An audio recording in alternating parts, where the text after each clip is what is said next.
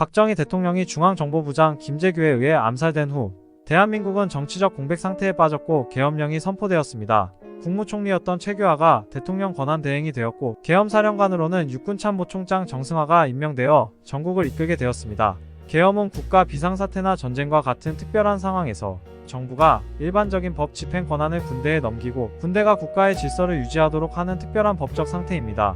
계엄이 선포되면 군대가 경찰의 역할을 대신하고 민간인의 권리와 자유에 대한 제한이 가해질 수 있으며 평소에 시행되던 법률이 일시적으로 정지되거나 일부가 수정될 수 있습니다. 계엄법에 의하면 계엄을 전국적으로 선포하면 대통령에게 지휘감독권이 있지만 전국 단위가 아닌 부분 계엄을 선포하면 국방부 장관에게 지휘감독권이 넘어갑니다. 정치에 휘말리기 싫었던 최규하는 제주도를 제외한 전국에 비상계엄을 선포했고 계엄법에 따라 군 통제권은 국방부 장관에게 넘어갔습니다. 이로 인해 계엄령 이후 계엄사령부가 유일한 권력의 중심이 되었고 합동수사본부장으로 12.6 사태 수사 총책을 맡은 보안사령관 전두환이 권력의 핵심으로 부각되었습니다.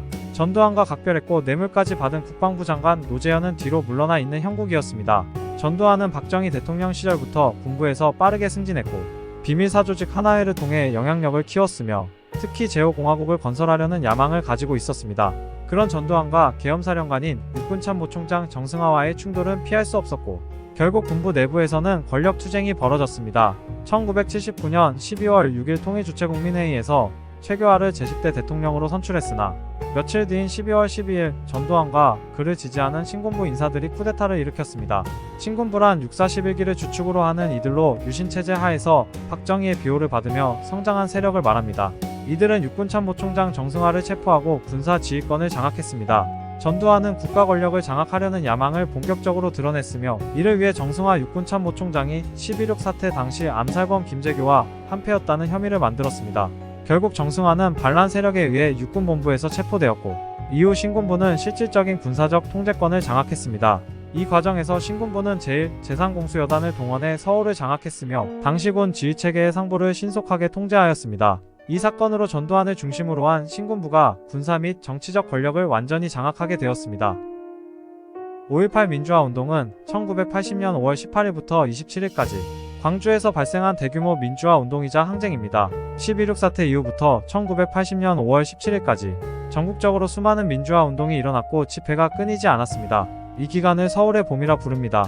많은 시민들의 바람과는 달리 반란군이 군사 정권을 강화하며 5월 17일 전국에 계엄령을 선포하고 김대중을 비롯한 주요 정치인들을 체포하거나 연금시키는 등 민주화 요구를 무력으로 억압하자 광주 시민들은 이러한 군부의 비민주적 조치에 반발해 민주화를 요구하며 항쟁에 나서게 되었습니다.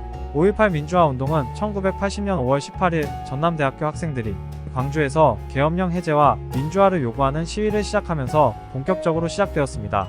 신군부는 이 시위를 진압하기 위해 공수부대를 투입했고 이는 광주 시민들의 강력한 저항을 불러일으켰습니다. 신군부의 강경한 대응에 반발한 시민들이 시위에 대거 합류했습니다. 공수부대는 시민들과 학생들을 무차별 폭행하고 체포했으며 이에 시민들의 저항은 더욱 격화되었습니다. 계엄군은 폭동적 시위 진압 방식을 고수하면서 무고한 시민들까지 구타하고 성폭력을 했으며 총기와 대검을 사용해 불법 처형까지 저질렀습니다. 계엄군의 폭력 진압에 분노한 광주 시민들은 경찰서와 파출소의 예비군 무기고를 열어 무기를 탈취해 무장한 시민군을 조직했습니다. 전남도청이 시민들에 의해 장악되고 계엄군이 광주시 외곽으로 철수하면서 광주는 민중의 자율적 통제하에 놓이게 되었습니다. 시민들은 무기를 자진 반납하며 협상에 나서려 했지만 5월 27일 새벽 신군부는 군인 2만 5천 명을 동원해 전남도청의 총탄 1만여 발을 사격해 도청을 중심으로 저항하던 시민군을 사살하고 일방적으로 진압했습니다.